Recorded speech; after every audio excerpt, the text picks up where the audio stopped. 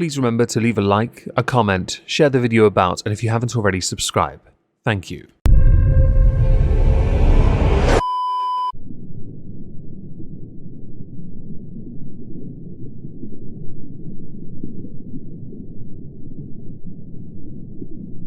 Well, isn't this just fantastic?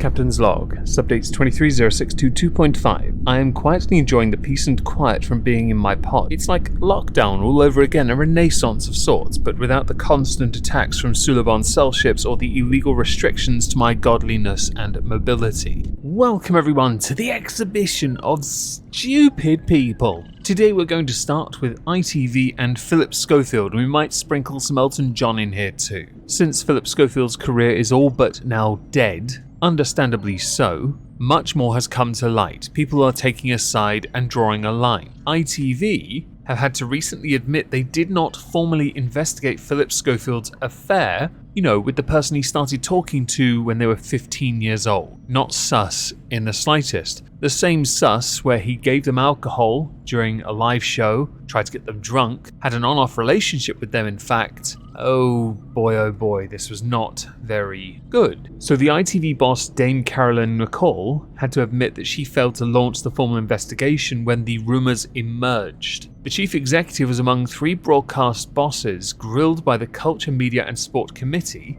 in the wake of Phillip Schofield's departure from ITV. During that same committee, the lover was identified as Person X to make him seem more interesting. They had also denied the relationship with the former host 12 times when quizzed, which doesn't help in the slightest, really, does it? Carolyn also said, though, ITV can confirm when rumours of a relationship between Phillip Schofield and an employee of ITV first began to circulate in 2020, ITV investigated. Both parties were questioned and both categorically and repeatedly denied the rumours, as did Phillip's then agency YMU. Of course they weren't going to tell anyone about the relationship because they were happy at the time. In the wake of the affair, Person X actually asked ITV for the same level of support that Phillip Schofield got. ITV said no. What I mean by this is Phillip Schofield was offered financial support to seek therapy, yes, but they never offered the young runner, Person X, he was a runner on the show,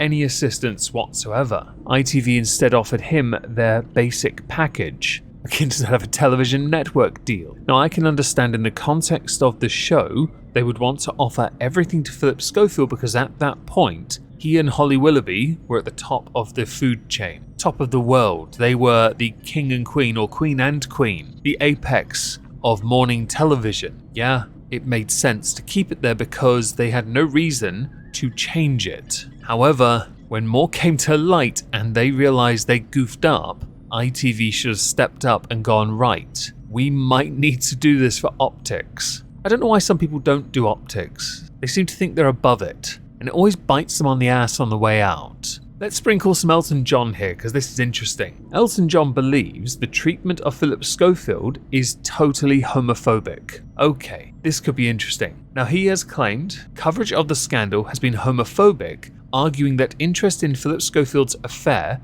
would have been less intense if he had been in a relationship with a woman and not a man, saying, "I don't like it at all. It's a growing swell of anger and homophobia that's around America. I don't know if it's around Britain because I haven't been there that much, but I feel like the Phillip Schofield thing has totally been homophobic. If it was a straight guy in a fling with a young woman, it wouldn't even make the papers." Do you mean like Al Pacino in his 80s knocking up somebody who's 29? That's been in the papers recently. And how on earth can you comment on UK news and culture of the United Kingdom while you are anywhere else, finishing up your career where your musical influence is waning? You yourself have had to acknowledge this. You're a legend in your own right, as is your hairpiece. But you haven't been here and you don't understand the culture. People aren't interested in it because it's a man and a man. People are interested in it because Phillip tried to deny it and he started talking to them when they were a minor. The sexuality aspect isn't relevant. It's entirely because when they started talking and the fact he tried to hide it,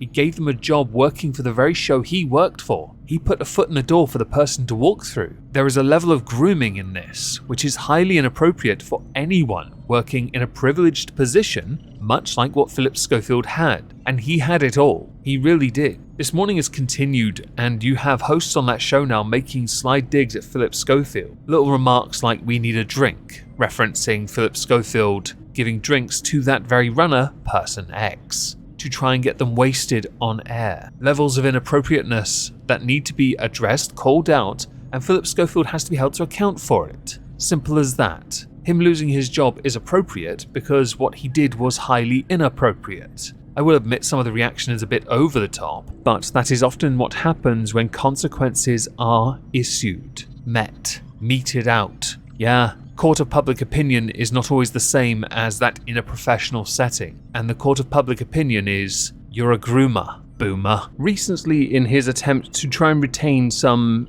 relevancy, the ever-dwindling star of Floyd Mayweather got into a ring with another exhibition bout, this time with John Gotti III in Florida, no doubt because he still retains some small modicum of popularity and because there's no way he would ever sell out Vegas ever again, nor make the Mayweather sums of money he claims he is still making, even on networks that are not Showtime. The fight between Floyd Mayweather and John Gotti was quite tragic, really. Floyd Mayweather was slipping, sliding, showboating, which is fine. He dropped John 3 times. Kenny Bayless, a referee that has officiated most of Floyd Mayweather's more notable fights, stepped in round 6 or 8, I can't remember and can't be asked to remember which. He stepped in and stopped John Gotti from taking any more of a beating. And he was taking a beating. John, though, decided, nah fam, and decided, after being stopped by Kenny Bayless, to unleash his wrath on Floyd, who decided to then showcase some more of his defensive wizardry, and then check John Gotti's chin, which forced him to stumble backwards. This allowed Floyd's entourage, all equally brain dead, all quite sad, all quite large, to get in the ring to try and take out John Gotti, while Floyd Mayweather climbed on the turnbuckle and showboated some more, while one person was shielding John from an absolute beating. Floyd has a massive entourage. I don't know how he can afford them anymore, but you know what? We all like to be surprised. It's not like he does Mayweather promotions anymore, and that's going down the drain since he lost Tank Davis. A lot of what Floyd Mayweather does now is going down the drain, so one does wonder how much longer he can maintain this facade of money when he's not making anywhere near as much as he used to, although we'll admit, with the nature of the fight that he had with John Gotti, the fact it ended the way it did would have undoubtedly drummed up more interest, but also then raised questions about how on earth it is Floyd Mayweather can continue to rob the bank the way he has, and con people with these exhibition fights that aren't fights anyway. The reason we're doing this is because John Gotti has been banned from fighting in the state of Florida by the Florida State Athletic Commission for 6 months,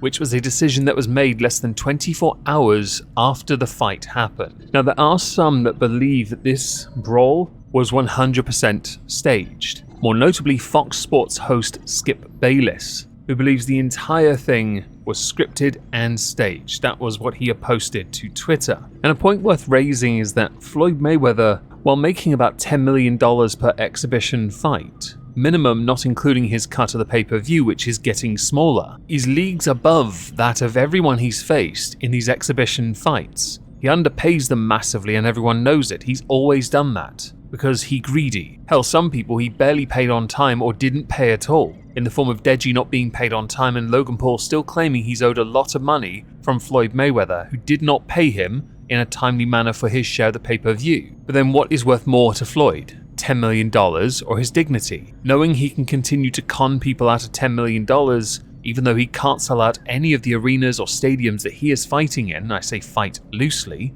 this just makes him look like an absolute joke, especially as he is getting older, and while he is still immensely talented, he is slowing up. He really is. The only thing that impresses me about Floyd Mayweather at this point is that he has spent so much money on a hair transplant that he's managed to give himself a full head of hair again. I just don't know where they got the hair from to thicken out the beard as well. An honourable mention should now go, before we get to the final subject, to a landscaper who recently decided to get some revenge on a customer who didn't properly look after the turf they had laid down. The landscaper in question gave very explicit instructions. The landscaper in question is called Caitlin Green. She explained that the customer would need to water the grass, but because the customer is always right and a moron, which means they're never right, because they're morons, they wanted the grass done during a heat wave, which made the grass really yellow. I wonder why. The customer decided to confront Caitlin, when she went to pick up payment for the job, with the customer refusing to pay as the grass had gone dry. So because they refused to pay for the service,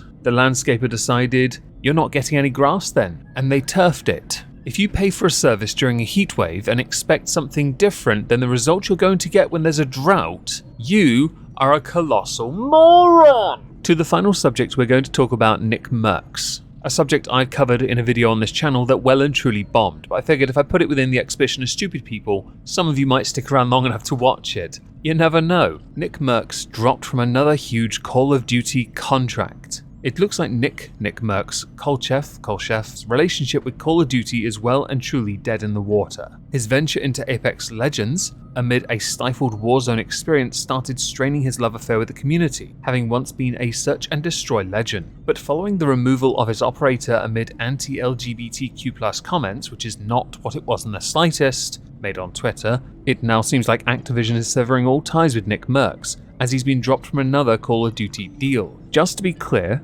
Nick Merks wants to, instead of it being a pride thing that schools teach, it be something a parent teaches their child. And I can fully understand and support that. 100% in fact. I do not believe children should be exposed to anything like this. Equality doesn't need to be taught through that. It can be taught through anything else. Things that are vastly more appropriate. You don't have to use history months to shame white people. You just need to raise awareness of the past so it is not repeated. So tearing down statues is not a good look for anyone. When it comes to pride, which apparently now means anything but straight white, based on flags that I've seen going around, all the different flags people want to have instead, superimposing other symbols on top, it's getting very confusing at this point, okay? It is better for the parent to teach these, and that's what Nick believes, and I can fully agree with that. Call of Duty League World Championships kicks off on the 15th of June. Nick Merks was originally supposed to be among the string of influencers who were being paid to co-stream the event. Well, not anymore, because he was being paid by Activision to co-stream the event, rooting for Atlanta FaZe along the way. Because of the comments, he was dropped from the roster. If you're active on Twitter, this would go so far as to explain why Call of Grooming, Pedos of Duty, and other related spins on Call of Duty and then people touching children were trending on Twitter.